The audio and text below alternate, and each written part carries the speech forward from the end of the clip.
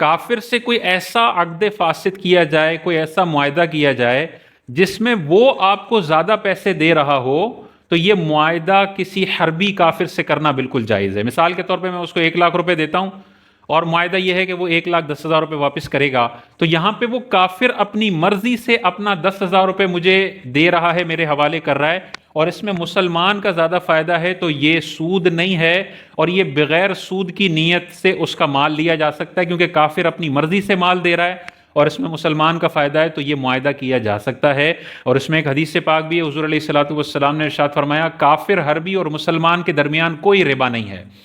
تو ربا نہیں ہے، اگر وہ اپنی مرضی سے اپنا مال دے رہا ہے، وہ پورا مال مجھے دے دے، وہ آدھا مال مجھے دے دے، اگر میں اس سے چھین نہیں رہا، اس کو دھوکہ نہیں دے رہا، اپنی مرضی سے وہ مجھے دے رہا ہے، تو یہ مال لینا جائز ہے۔ لیکن آپ یہ معاہدہ نہیں کر سکتے کہ آپ مجھے 1,00,000 دے دیں، میں 1,10,000 آپ کو دوں گا، یہ آپ جب سود یہ پیسہ دیں گے تو یہ جائز نہیں ہوگا اس طرح کا معاہدہ، کیونکہ اس میں مسلمان کا فائدہ نہیں ہے، سامنے والے کا فائدہ ہے۔ لیکن اب اس میں ایک صورت یہ آ جاتی ہے کہ باہر ملک میں، بالخصوص یو کے میں، یو ایس میں، کینیڈا میں گھروں کے کرائے بے انتہا زیادہ ہیں، تنخواہ کا اکثر حصہ گھروں کے کرایوں میں نکل جاتا ہے،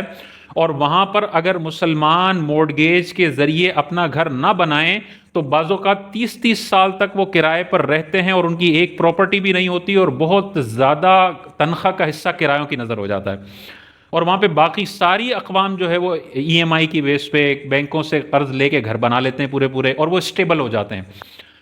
تو علماء نے ایسی حرج شدید والی صورت میں کہ جس میں بہت زیادہ دشواری ہو رہی ہے، ایسی صورت میں مسلمانوں کو کافر بینک سے مورگیج پر گھر لینے کی اجازت دی ہے۔ وہ لے سکتے ہیں، لیکن اسی صورت میں لے سکتے ہیں کہ یہ کم از کم درجہ حاجت تک ہو۔ درجہ حاجت کا کیا مطلب؟ کہ اس گھر کو نہ لینے کی وجہ سے سخت دشواری کا سامنا ان کو ہو، کرائے بہت زیادہ ہیں، ان کرایوں میں نہیں رہا جا سکتا، تو ایسے ملکوں میں کافر بینک سے مسلمان اگر مورگیج پر گھر لیتا ہے تو بعض علماء نے اس کو بھی حرام قرار دیا، لیکن بڑے بڑے اکابرین نے اس کو جائز کہا ہے۔ تو جو باہر کے ممالک میں ہیں وہ اپنا ایک گھر، رہائشی گھر اگر اس طرح سے لینا چاہتے ہیں اور ان کے پاس اپنے وسائل نہیں ہیں تو لے سکتے ہیں، لیکن لگژری کے طور پر یہ نہیں لیا جا سکتا۔ کوئی یہ کہے کہ میں ایک گھر رہائش کے لیے لیتا ہوں، دوسرا گھر انویسٹمنٹ کے لیے لیتا ہوں، تیسرا گھر رینٹ پہ چڑھانے کے لیے لیتا ہوں، نہیں۔ اب جب آپ اضافی کریں گے تو وہ آپ درجہ حاجت سے باہر نکل گئے، اب مورگیج کے طور پر لیا تو وہ حرام اور ناجائز ہوگا۔ اسی طرح مسجد کا معاملہ ہے،